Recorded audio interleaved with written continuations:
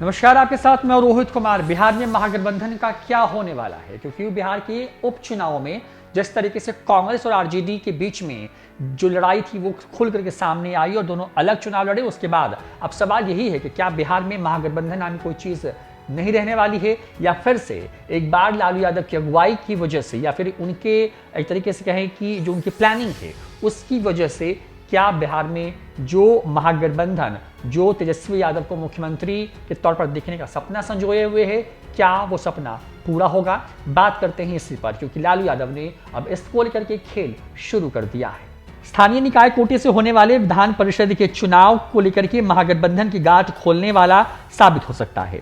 गांठ कुशेश्वर स्थान और तारापुर विधानसभा क्षेत्र के उपचुनाव के समय पड़ी थी। कथित गठबंधन धर्म का उल्लंघन करते हुए राष्ट्रीय जनता दल और कांग्रेस ने दोनों सीटों पर अपने उम्मीदवार दे दिए थे।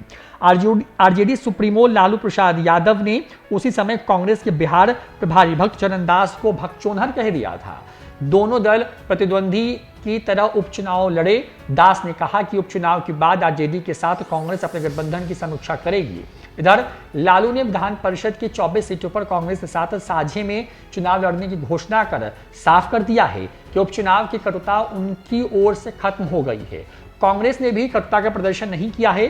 प्रदेश अध्यक्ष डॉक्टर मदन मोहन झा ने कहा है कि हम साझे में चुनाव लड़ने की संभावना से इनकार नहीं कर सकते। हाँ, अंतिम निर्णय आलाकमान के ही हाथ में है। साल 2015 के चुनाव की तुलना करें तो महागठबंधन के दलों के पास लड़ने के लिए काफी सीटें हैं। उस समय जनता दल यूनाइटेड महागठबंधन का हिस्सा था, उसे 10 सीटें मिली थी। लालू प्रसाद यादव ने संकेत दिए थे कि इन 24 सीटों के चुनाव में कुछ नए दोस्त भी शामिल हो सकते हैं। उनका इशारा चिराग पासवान की अगुवाई वाली लोक जनशक्ति पार्टी की ओर था, जिस राष्ट्रीय जनतांत्रिक गठबंधन एनडीए से सीटें मिलने की उम्मीद नहीं है।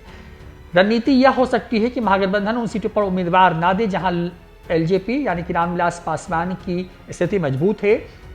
एनडीए में रहने के दौरान एलजेपी को 4 सीटें हाजीपुर, नालंदा, सहरसा और आरा मिली थीं। सहरसा में एलजेपी की जीत हुई थी। लालू प्रसाद यादव पर यह संकेत यह है कि जेडीयू के कोटे की सीटों में से कांग्रेस और एलजेपी रामविलास पासवान के लिए कुछ सीटें छोड़ी जा सकती हैं।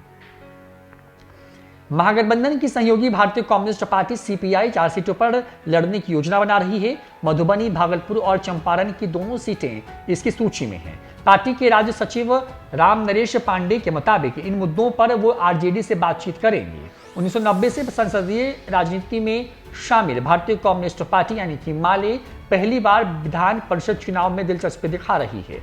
पार्टी की केंद्रीय कमेटी के सदस्य धीरेन्द्र झा के मुताबिक आरजेडी से प्रारंभिक दौर की बातचीत हुई है।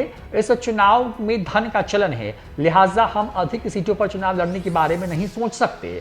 हाँ, सांकेतिक रूप से पार्टी किसी एक सीट पर चुनाव लड़ सकती है। अंतिम निर्णय 11 जनवरी को होने वाले स्टैंडिंग कमेटी की बैठक में लिया जा सकता है।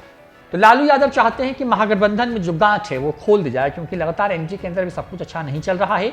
एक तरफ जहां मुकेश सहनी बीजेपी को आंख दिखा रहे हैं, तो जीतन राम मांझी भी लगातार अपने बयानों की वजह से एनडीए में सब कुछ ठीक तो नहीं किए हुए हैं। इन तमाम चीजों के बीच में अब खबर यह है कि क्या लालू यादव जो गांठ महागठबंधन में पड़ गई थी, यानी कि कांग्रेस और आरजेडी के बीच में, उसको खोलने की कोशिश कर रहे हैं। और अगर कर रहे हैं तो बिहार विधान परिषद की जो स्थानीय निकाय के तहत आने वाली 24 सीटों का चुनाव है वो अहम कड़ी साबित हो सकता है। फिलहाल इस वीडियो में इतना ही। नमस्कार।